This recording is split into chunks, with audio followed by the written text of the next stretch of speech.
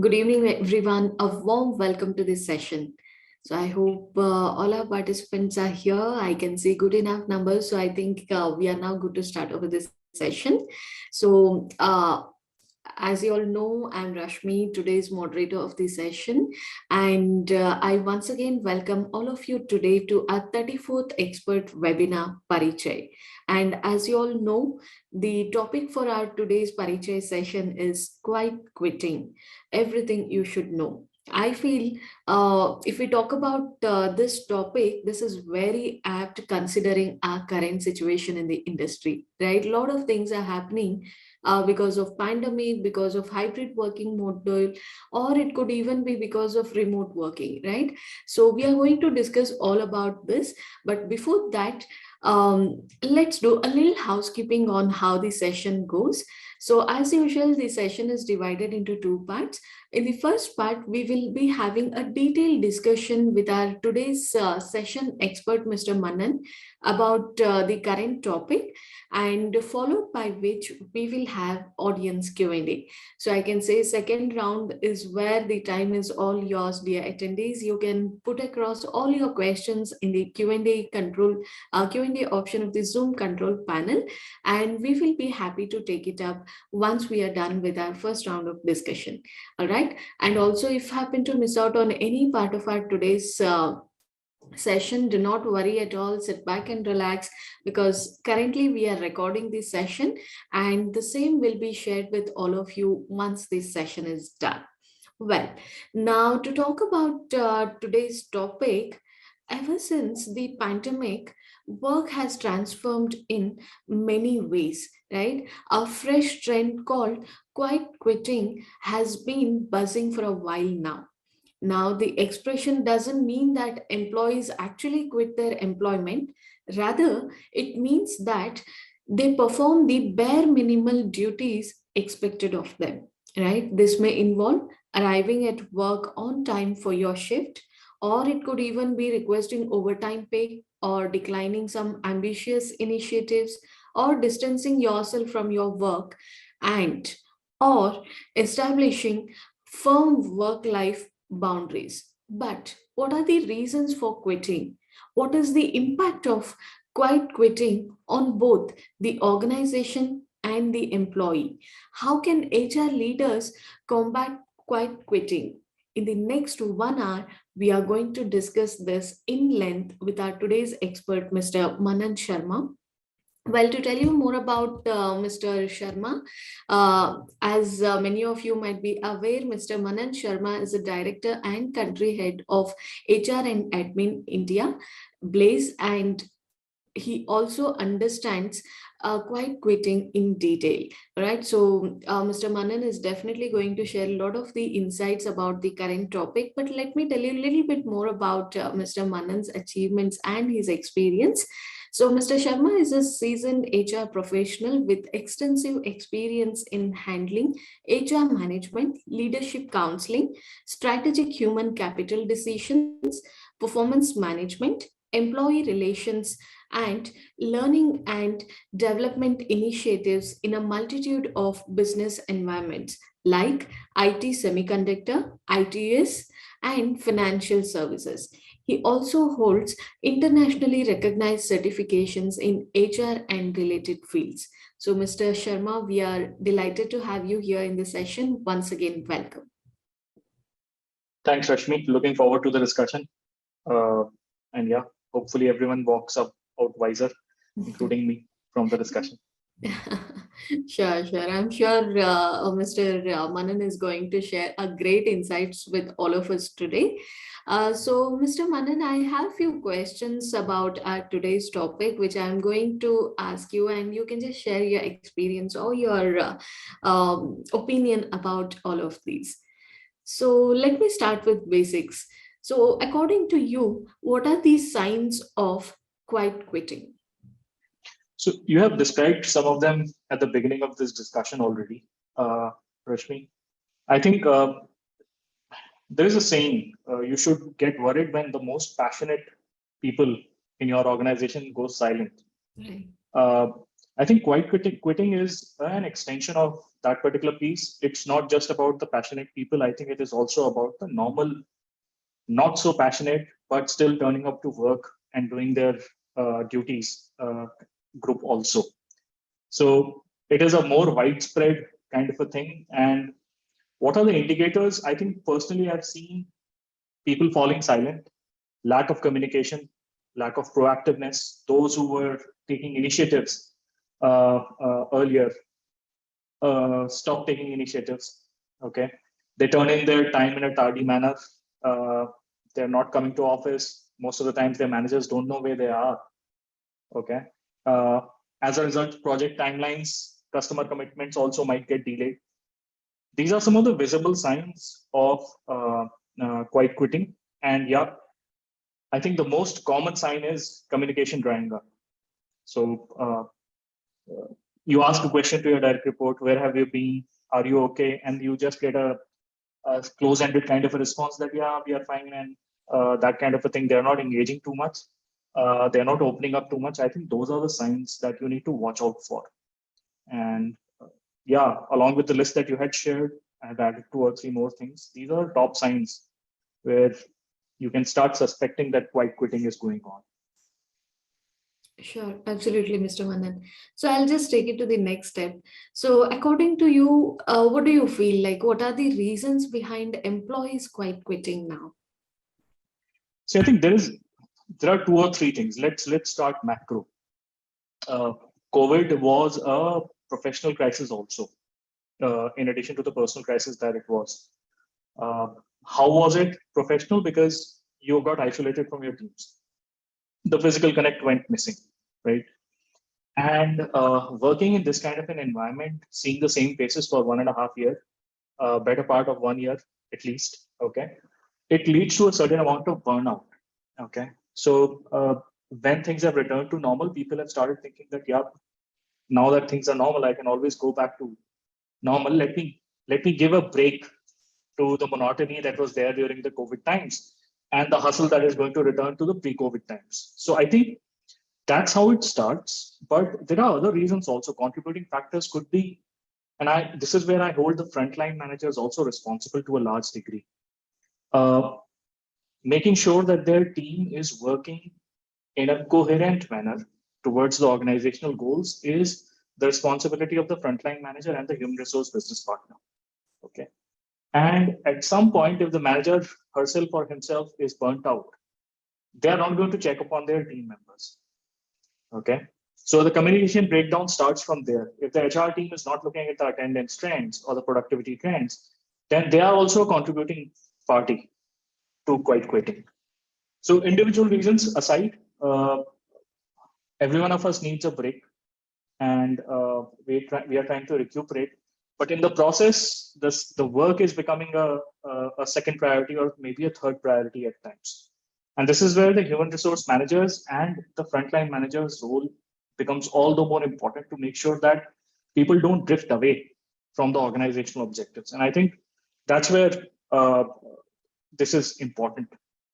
And I think the third contributing factor, fourth contributing factor, if I can say it, is organizations seem to be in a rush to bring people back into the office. Okay. I think you cannot shrug off this inertia in a jerk. Okay. You are only going to end up antagonizing people, employees, team members, if you try to bring them with a jerk. They have to be eased into the pre-COVID times. And I think that's the fourth contributing factor, wherein uh, the organizational approach has, in instances, antagonized employees. So I think that is also a reason why they have entered a place where they don't care as much as they used to care earlier. So I think these 3 or 4 contributing factors together are making for this problem right now. All right. Also, Mr. Manan, all of us know that quiet quitting is directly connected to the employee experience, right? So, according to you, how has the employee experience changed since pandemic? I think organizations have understood that managers have a big role to play. So apart from the other initiatives that organizations are taking, like wellness leaves, incorporating work from home into their hybrid workplace, uh, providing infrastructure at home to make sure that people are able to deliver even from home. These are organizational initiatives, but there are additional initiatives that are required in terms of training. And one thing that I've seen is that organizations which have trained their frontline managers and HR business partners in a proper manner, they have displayed an extraordinary sense of empathy and patience uh, in the post-pandemic times. So I think this is one of the key changes that I have seen, that frontline managers have become a bit more empathetic. They are not so much worried about a person sitting in a chair at the office. They are worried about a healthy person, holistically healthy person, sitting from anywhere and delivering the day's work. So I think that is one thing that has changed. Organizations have started looking at wellness in a more holistic manner. So it's not just physical or mental; it is financial wellness also. And by financial, I don't mean compensation and paying them better. I think bracing employees up for financial contingencies, that has also started playing a big role. And this has been a positive impact of the post-pandemic era. In the post-pandemic era, there are negatives also. I mean, the physical versus virtual divide that is there. Managers are navigating that space right now. Um, it is so. I think more positives than negatives, if I were to summarize it that way. Uh, how it has changed. Uh, but yeah, burnout is also real. Uh, you need to make sure that you are doing a dipstick every time you feel that productivity is going down. You don't just put it on market variables. You are trying to understand what is the human equation playing out there. So I think I always think COVID was the change. I mean, 20 years of thought leadership in human resource practices versus 1 year of COVID. I think the COVID piece has taught us more empathy than we ever learned on our own. And I think, like it or not, voluntarily or involuntarily, willingly or unwillingly, organizations have actually made this transition, wherein they are genuinely interested in keeping their employees healthier than they were in the pre-COVID era. So yeah, largely positive impacts, but yeah, burnout needs to be managed well. That's a serious negative impact because productivity went up like crazy, and organizations which had a short-term view said, "Oh wow, wonderful! COVID seems to be great for productivity," and in the process, they actually had all the pistons running. Uh, Now you're seeing burnout, so that's not the way you think about human resources. You have to take a long-term view. You have to develop human resources. Otherwise, if you were to start dealing them with like any other resource or asset, you will start depreciating them. The finance team will just come and say depreciate 10% every year of your human resource value. That's not how human resources works. You have to appreciate it. So I think that has been the negative. And you mentioned the fact that people have started drawing a tough line, hard line between work and personal lives. That is a direct offset and output of how they were exploited uh, during in the name of productivity during the COVID time. So there is a fairness to this madness, I would say.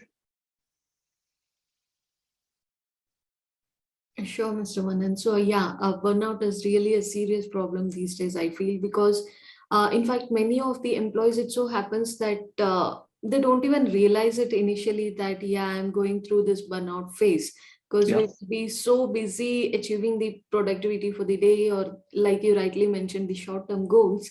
We tend to somewhere like immerse ourselves into it so much that we forget that, okay, what is next?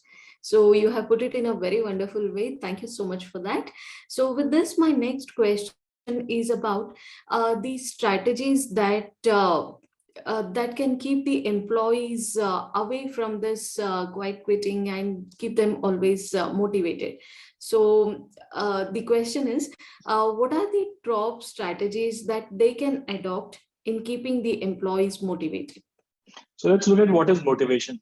Motivation is turning up to your office on a Monday and doing the work that you are passionate about and work that actually translates into organizational success. So it's a handshake. It's a handshake between your passion, what you like to do on a day in, day out basis, what you really enjoy doing, and what the organization is expecting from you. The moment these two things come together, uh, this is the magic recipe of motivation at the employees level. But how do you do that? So it is not as if, as a manager, you always have control over assigning work that the person is interested in. Okay. But having a communication with them and telling them that you are looking after that aspect of their work, that they at some point, even if not now, at some point in the future, it is going to happen. Okay. And engaging in that conversation gives us hope, right? That's the single differentiating factor between humans and robots. We hope, right? We can hope in the most hopeless of times. Okay. And we work on hope. So I think employee motivation is that key ingredient of employee motivation is marrying these two aspects and ensuring that there's a conversation happening between the manager and the direct report around these pieces. Now, HR has a role to play there. Are you qualitatively auditing these interactions? Is there a documentation being done? Is there a platform that allows us to document these conversations in a meaningful manner? The question that I always ask when I engage with employees on ongoing feedback is, imagine your current manager moves on to a different role within the organization. There's a new manager that joins. Now, do you want this manager to start afresh and not have any record of what you did well and what were your areas of improvement and what your areas of interest were? Or do you want them to have a very seamless kind of a migration from the previous manager to the new manager? The moment you do that, the moment you ask that question, they start seeing it feedback as something more than a tick in the box. So I think this is strategically the most important piece on employee motivation. And the other aspect is one of the engagement metrics is, do employees know what is expected from them at work? Do they have the resources to accomplish those tasks? Okay. And more importantly, people who have been in a particular role for an extended period of time, they would start aspiring about the next level, right? Do they know what it takes for them to be moved to the next level? All in the organizational goals context. So when you tie these 6 or 7 things together, that's when you start seeing magic happen. That's where motivation starts presenting itself. That's where employees start having confidence in their and control of their career paths. And when you talk about motivation, I think that's the only antidote to quiet quitting that I can think of in the current context. All right. So, Manan, this leads to my next question. Like you already mentioned, COVID has definitely brought a lot of positive aspects in the industry. It has changed the way we work and everything. But the fact is still there are some negatives, or let's say very few negatives, which any organization has to deal with, right? So, in your opinion, what role can the leaders of the organizations play in preventing this quiet quitting? Like, how can they create a work life balance for their employees? Train your managers and human resource business partners. They should know what quiet quitting is. They should know it so well that the moment this phenomenon starts playing out in their team, they're able to put a finger on it and remedy it. Okay, number one. Number two, find out whether your managers, frontline managers, and human resource business partners are themselves burnt out or quite quitting. Because you cannot navigate this landscape with faulty wheels. Okay, and when I say faulty wheels, I'm talking about the quite quit, the managers and the human resource partners. who have actually already quite quit on your organization. So that's the second piece that you need to find out. I think the remedy of quiet quitting is at least those individuals who have already, in your view, quit quietly. You bring them to the office. Okay. You reconnect the personal relationship that was there between the manager, HR, and the employee, and you give them a chance to actually come back and recuperate. When they are in front of you, you will be able to see what their motivation levels are. It becomes very clear when you give them a problem to solve. They come back and they ask you for possible solutions, or they want to validate certain thought processes with you. That in itself is an indicator that they are giving it their best shot. Okay, so I think, yeah, that's the ultimate remedy in my sense. Please reconnect the dots and the broken relationships which COVID has broken, and you bring them back to the path of productivity. This, when you engage with the person on a day in day out basis, you understand how deep the problem is. Okay, does the problem require a surgery, or the problem requires a band-aid to be applied? uh, so I think different folks, different strokes is the approach that I would recommend. And obviously uh, they have to be brought back into an area wherein they are able to engage well with their team members. They get a chance to engage, and then they can make a choice whether they want to engage or not. In the process, the organization also finds out what their interest levels are.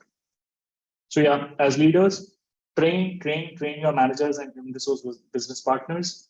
Make sure that they are themselves not burnt out and they have not quit on you. And then on these two bases, you start bringing the quietly quitting people back to the office and engaging with them, re-engaging with them, making sure that they have turned a corner in terms of productivity and relationships. Absolutely, absolutely, Mr. Manan. I think you brought up some brilliant points in terms of quiet quitting. In fact, this also reminds me of one of these popular sayings, that is, they say, right, every drop in an ocean counts. So identify them in the beginning, right? Right. Yeah, wonderful. Thank you so much for sharing this insight, Mr. Manan. Well, this leads to my next question. That is, what is the impact of this quiet quitting on the organizations? Okay. How about 1.5 trillion US dollars per year? That is the cost that has been estimated as the cost of quiet quitting. What happens is, and there is one more number that I would like to throw there. Recent researches show that almost 75 to 85% of the workforce has entered into some degrees of quiet quitting during pandemic, right? You put this number in your mind and then you see, suppose there are 100 employees in your organization and 75 to 85 of those employees are just doing what they're required to do so that they don't come into the negative light in any manner. Think of the innovation opportunities that you are missing out. Okay. And I belong to a research and development group. We are working at a cutting edge on a cutting edge technology, a technology of the future, arguably. Uh, the cost of this innovation is lesser patents filed, lesser product ideas conceived, lesser products launched in the market, lesser revenue, right? So the impact is, if you start considering it and if you start looking at the scale, it is mind blowing. The amount of impact that this is happening, that this is creating. So we are seeing fairly aggressive responses to these trends by the organizations, and they are trying to nip it in the bud. Out of desperation, some organizations, like I said, they are out of impatience and aggression. They are basically saying everyone has to work from office. Enough of this work from home thing, right? But that's a knee-jerk reaction, in my view. It is further going to exacerbate the situation that we are in right now.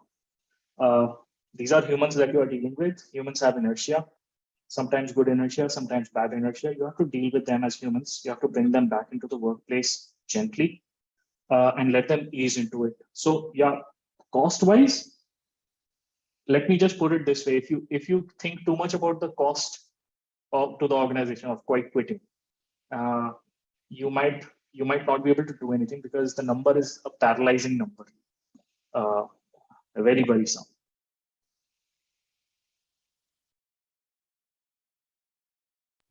All right.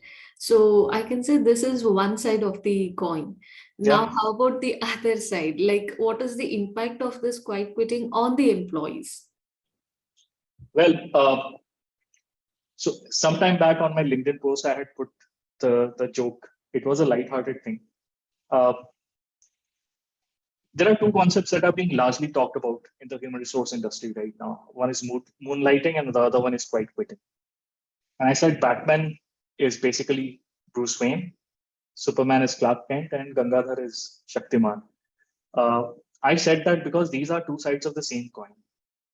Moonlighting starts, and this is the impact on the employees that, by the way, uh, they start looking for opportunities that are a bit more interesting. Okay. In an ideal case scenario, if you are fed up with work, with a particular kind of work, you start looking for another opportunity. You quit this opportunity and you move on to the next opportunity. Imagine a situation wherein the new opportunity is what you want to do, but it does not pay you as well as your current job. And that is the narrow space in which moonlighting thrives. So employees are basically, so loyalty, the employee loyalty concept, which was already under a lot of stress post globalization, it has been blown to smithereens now, because employees now, and not everyone, I would say around 15 to 20% of the employees are in that space wherein they say that I will do the bare minimum in this job, and I'll join a job which actually keeps the fire going, keeps my passion fulfilled, right? And that way I try and give the best to both these jobs. So moonlighting is one aspect that has happened. The other aspect is employees, at least the mature ones, have started looking at the concept of work-life synchronization rather than work-life balance. Okay, so with a hybrid workforce, there is a lot of flexibility that has been added to our work. And what does that flexibility allow us to do? We don't exactly have to take a leave if we have to step out and take care of our parents for a couple of hours. Okay, we just say that we are going to be out of office and we're going to be back shortly. And then we still end up doing the work that we were supposed to do in those 2 hours and delivering it to the milestones and timelines that we had promised to our customers or our managers, right? So rather than two parallel universes of personal life and professional life, the mature employees have started looking at synchronization. So the first concept I talked about was moonlighting. The second concept is I'm talking about work-life synchronization. Employees have grown up to mature that to a mature level where they don't expect an 8-hour work being from morning 9 to 5. Okay, they're mature enough to understand that maybe 9 to 10 they take care of their kid. They log in at 10 and work 1 hour extra in the evening to make sure that the productivity that is expected from them in the day is achieved. So that is the second big change that has happened, and the impact. And quiet quitting, see, it has multitude of impacts in the professional life and personal life. And let's look at the short term. Uh, employee starts missing deadlines. Okay, employee starts losing out on goodwill. They start losing out on their manager's trust. They start missing out on the career path that is there because other peer group members are doing better than them, right? So, and what happens then? Your manager will not give you the creamiest of work because your dependability has gone down, right? And you have allowed it to go down. So when the manager stops giving you the kind of work that you need, your growth technically stops. You continue doing the same kind of work, the low risk work that your manager is willing to give to you. Ultimately, actually, that leads to the imposter syndrome. Because you have this title, you're working in your office, but you're doing the bare minimum that is required. Sometimes because you did not want to do it, at the other times because your manager does not now want to give you the work, right? And that actually leads to the imposter syndrome, ultimately leads to a lack of self-worth. You start losing your confidence, right? And when that happens, that's a very tough place to come back from. Imagine having worked for 5, 10 years having built up a competency, having built up a credibility and organization, a professional image. Now that you have lost that particular piece, you start from scratch. But then age is not on your side. Who's going to give you a chance at that age? Okay. So I think a lot of it's a vicious kind of a cycle. The personal impact can actually really play around with your mental wellness also. So long term is not pretty, Rashmi, at all. Absolutely, absolutely, Mr. Manan. I completely agree with you. So yeah, I think we have a couple of more questions to discuss in these Sure. lines. But before that, I would request our audience to start putting across their questions on the discussion that we are having now. Dear attendees, you can use the Q&A option of the Zoom control panel and start putting it across. We will be soon taking it up in few more minutes. All right.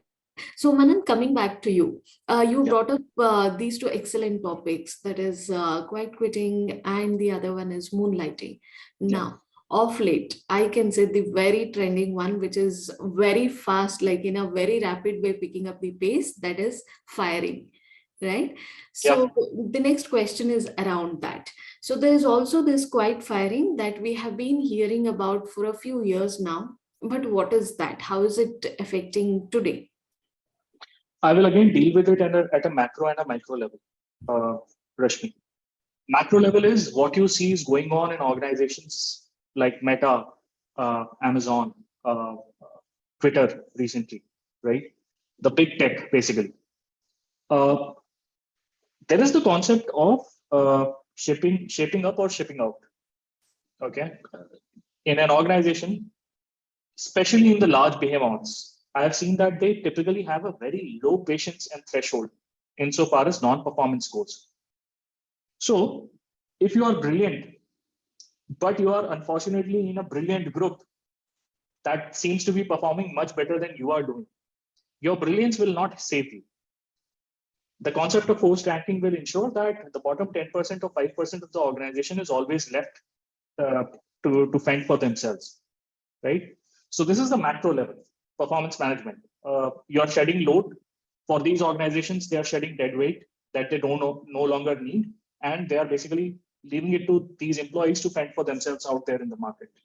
That's the macro trend. The micro trend is, think about it from a standpoint wherein they are not able to make ends meet in their current role. Okay. So what does the manager do? The tough job for the manager would be to help extend a helping hand, bring them up to speed, and make sure that they are not in the bottom 5 or 10% of their team, but they are actually in the performing 70-75% of the team. But that does not happen automatically. Okay, Rashmi, it requires a lot of effort. I would say handling one bottom performer is worth handling 3 to 4 top performers, because top performers are in a positive space and they carry an inertia of their own, a positive inertia. Okay, wherein they can with their momentum they can make things happen. The bottom performer basically does not have confidence, and your manager has to work doubly hard, triply hard, 3 times harder than normal to actually make them gain that confidence back. Okay. The easier job for the managers, suppose they have 20 members in the team. The bottom 10% means 2 members of the team are non-performing. It is much easier for the manager to start withdrawing responsibilities from these employees, because the manager does not feel safe in assigning responsibilities to these employees. Okay. This is quite firing. And the manager thinks of you as something that is holding their team back. So they stop engaging with you. They stop taking their suggestions. Important tasks start going to people who have proven their worth time and again. Training interventions, training needs are addressed for the top performers or the average performers, but you are always last in their thought process. Okay, so it is a thing of convenience. The other thing that allows this to happen is human resource team not having visibility to performance. It is the human resource team's responsibility to act as the neutral authority and intervene in these kind of situations and try and understand from people whether they are getting the help that they need to improve on their performance. So when these two, three things come together, a non-functional, a dysfunctional HR, a manager who's looking for the easy way out, micro level bit, the quiet firing starts happening. So I have addressed the macro level, where it is a part of the performance management process, their load shedding process, their way of ensuring that their investors and stakeholders see the right worth for their money being given to them. At a micro level, it is the interpersonal dynamic between the manager and particular team members playing out. So yeah, that's what quiet firing is, and quiet firing has been around since the time the first organization was formed. Okay, either at the macro level or at the micro level. And all of us in our careers have, in various degrees, been exposed to it. So that's what quiet firing is about. It's nothing new. It's a new term, a fad, but as a practice, it has been around for quite some time. Sure, Mr. Manan. So also while you're explaining all of these complicated things, in a very beautiful manner, you brought up this training aspect, right? Yeah. While all of this is happening around how important the training is. So this leads to my next question. That is, the career development has been the essential key to talent retention, right? Right. All of us agree with this. Right. So how can organizations align their L&D strategies with career growth and development opportunities for the workforce, which in turn would prevent quiet quitting? Yeah. So what is career progression? A person who was doing 10 tasks in 8 hours, okay, starts doing those 10 tasks in 5 hours, 4 hours, 3 hours. This is called the learning curve. And as their learning curve sharpens, as they start delivering more based on their experience, they start delivering at a higher level than their peer group. This is what career progression is. Essentially, this is what it means. Now you can embellish it with levels, designations, director, senior director, associate director, vice president, senior vice president. All these designations happen, titles happen, right? But at the core of it, there is a person who has started performing at a level higher than what they were performing or what they were expected to perform at. Does your organization have that career path for every job that is there in your organization? I'm asking you this question because the moment you start working on this career path and career progression, learning and development needs automatically start emerging. How do you make sure that a person who is doing 10 tasks in 8 hours starts doing those 10 tasks in 6 and 5 hours? You have to obviously provide them certain skills and certain trainings. So career progression is directly linked with learning and development. And most of the career progression frustrations that we see are because the organization has not started figuring out what does delivery and scope of delivery look like at each of the seniority levels within a career, within a job. Okay, so I think this is the first thing that I would recommend. You want to stop quiet quitting. You want to give them a career path.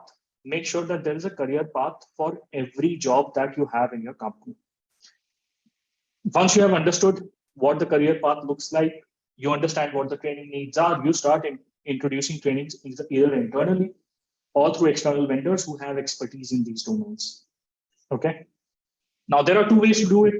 Either you give training to everyone and then wait for the person to emerge out of the entire population who has best learned the training from the training and started delivering.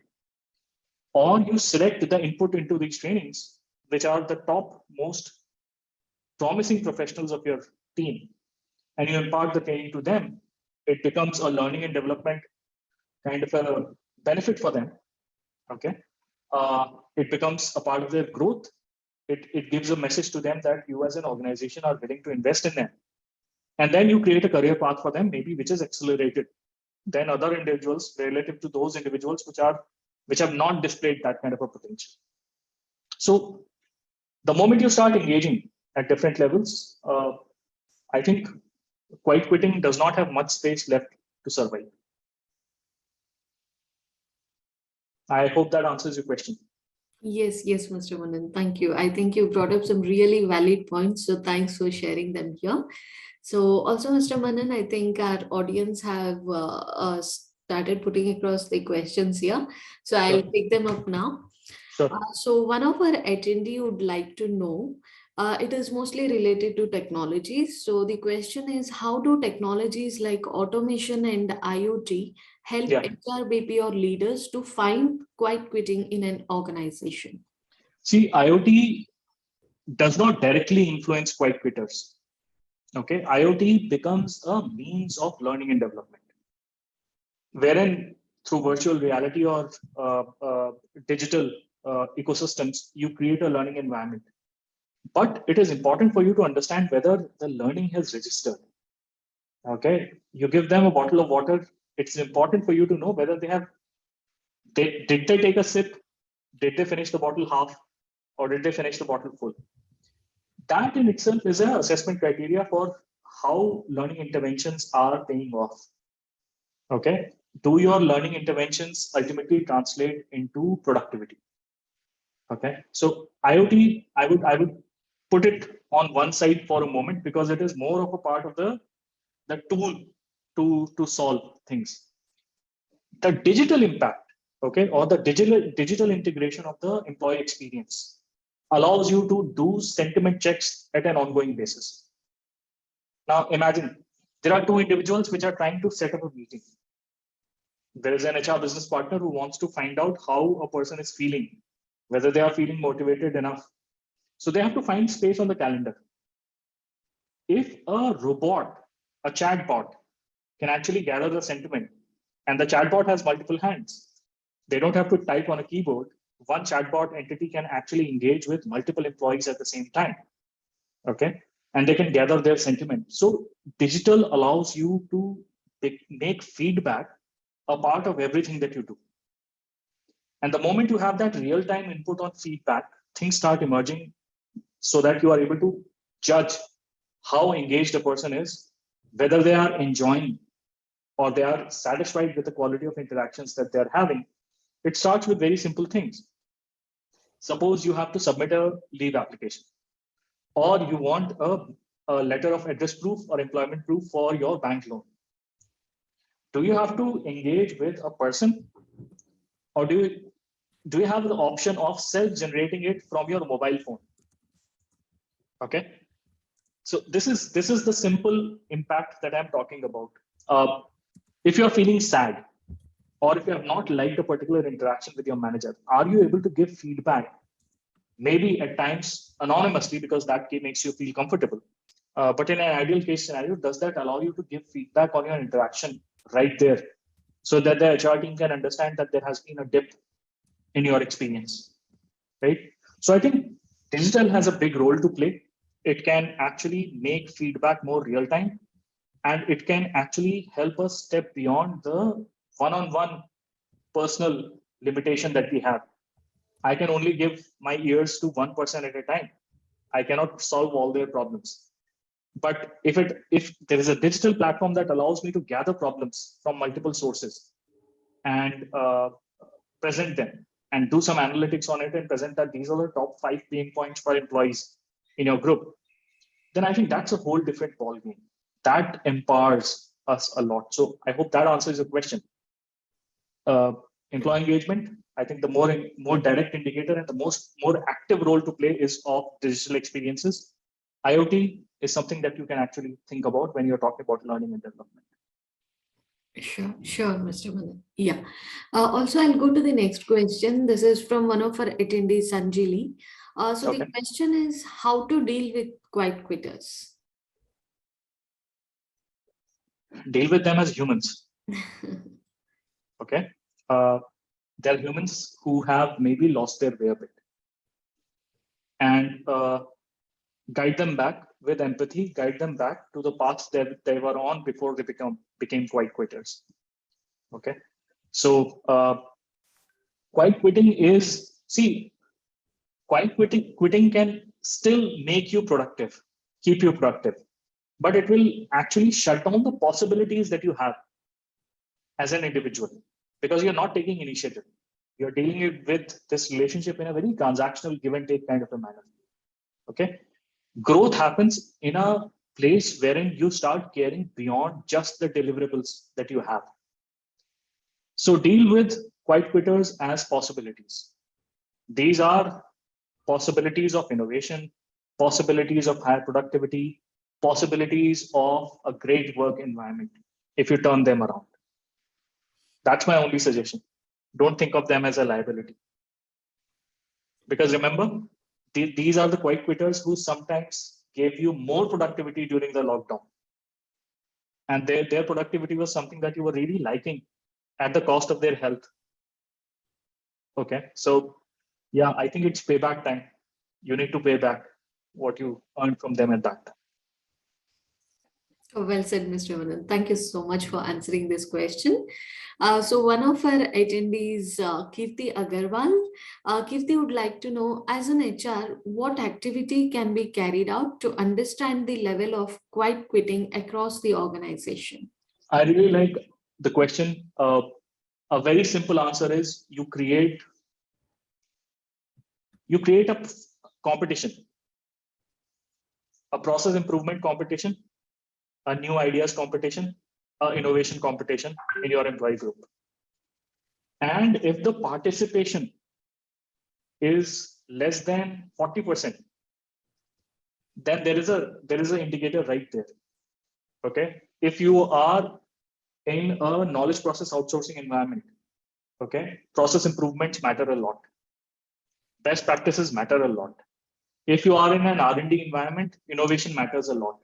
If you are in an engineering environment, solutions matter a lot. If your employees are not willing, do not have the will to contribute to these causes, then that's a red sign in itself, and it should give you a clear indication of how disengaged or engaged your employee groups are. So those are 2-3 ways I would say you can find out. The other thing is fun at work activities. Are employees turning up for that? Fun at work is a low-hanging fruit. Okay, you get one of the event coordinators from outside, you do an event, and if the participation is 30%, 40%, or 50%, despite people being there in office, there is your indication right there. Hope that answers your question. Yes. Thank you, Mr. Manan, for answering the question. So next question is from Kavita. So the question is, the latest trend, what we see is that employees quit as they get 80 to 100% hike in the new offers they get. So I believe 90% that is the case. So what's your take on this? I would disagree with that particular observation. Okay. I think the 90 to 100% hikes are not that common in the industry unless until you have been really careless about your payment strategy as an organization. Okay. If the market has moved ahead by 90 to 100%, then you have been sleeping and you deserve what is coming your way. Right. I would say 90% of the people quit because they find more interesting work, because they find more meaningful work. They find work that is more aligned to their personal style. It allows them work-life balance, synchronization, whatever is their choice. It allows them growth. It expands their knowledge base, right? Reducing everything to money has been it is a very attractive argument. I would say it's also a very seductive argument. If everything is about money, then you don't need culture. If everyone is coming up to work just for money, I'm not saying that money is not important, but if they're coming to work just for money and they're quitting just for money, then you might not as well have an HR department at all. Why the talk of strategy? Why the talk of culture? Why the talk of work-life balance? Why the talk of synchronization? Why all these superficial things? Just pay them the money they want. And that should keep them there. It doesn't. Okay. By that logic, top organizations should not have attrition because they are the top paymasters. They still have attrition. Okay. So yeah, I don't agree totally with that logic. Maybe the person who has commented has seen only that kind of sample uh, when they have come to this deduction. But yeah, my worldview tells me that that's not always the case. And yeah, if organizations are sleeping and they have not caught up with the market, then that's a different deal altogether. Uh, Best of luck to them. Sure. Thanks, Mr. Manan. So I hope that answers the question. So the next question is from one of our attendees with respect to training. So the question is, what kind of trainings can be given to HR and frontline managers? Empathy. Okay. Judging what is the mental state and motivation level of the other party that they are dealing with. Okay. Uh, Conflict management, persuasion. These are some of the things that come to the fore when you're talking about human engagements. And most of the times, quiet quitting is about these sentiments. Okay. If an employee is not feeling engaged or valued, then your manager, the employee's manager and HR team should know how to make them feel valued and engaged. And it starts from a place of emotions. Are you able to understand the emotional disengagement? And if you're not tuned into the emotional cues, it will not register with you. You'll just move on. Okay. So I think, yeah, those are the trainings I would necessarily impart. Um, Trainings on ownership and proactiveness also will actually make a lot of difference. Sure. So I hope that answers the question. Also, dear attendees, I definitely understand you have a lot of questions for us, and you're definitely looking forward to hear answers for all of them from Mr. Manan Sharma. But unfortunately, due to interest of time, we might have to skip few questions. But do not worry, you can definitely connect with us and get all your answers. There are two ways of doing that. One is you can always connect with us on the Great Tribe community, as you can see here. So basically, Great Tribe, as many of you might be aware, this is basically the Q&A forum where a lot of knowledge sharing happens, right? So there are many community members which are HR peers, just like you in the industry. And also we have many experts like Mr. Manan Sharma, already part of the Great Tribe community. So if any of your questions are unanswered, please post them here and you'll definitely get your answers there. All right. And also I'm going to give you a mail ID before we end this session. So you can also write back to us on that mail ID and seek your answers. And also, once again, please don't be disappointed if any of your questions are unanswered. It's only due to interest of time now. All right. So I think, Mr. Manan, with this, we are now reaching towards the end of the session. But before that, I would like to thank you for such an insightful and knowledgeable presentation. And I'm certain that our audience has gathered a lot more information and details on this buzzing topic. So now I also would thank our attendees for attending this session and for making it a huge success.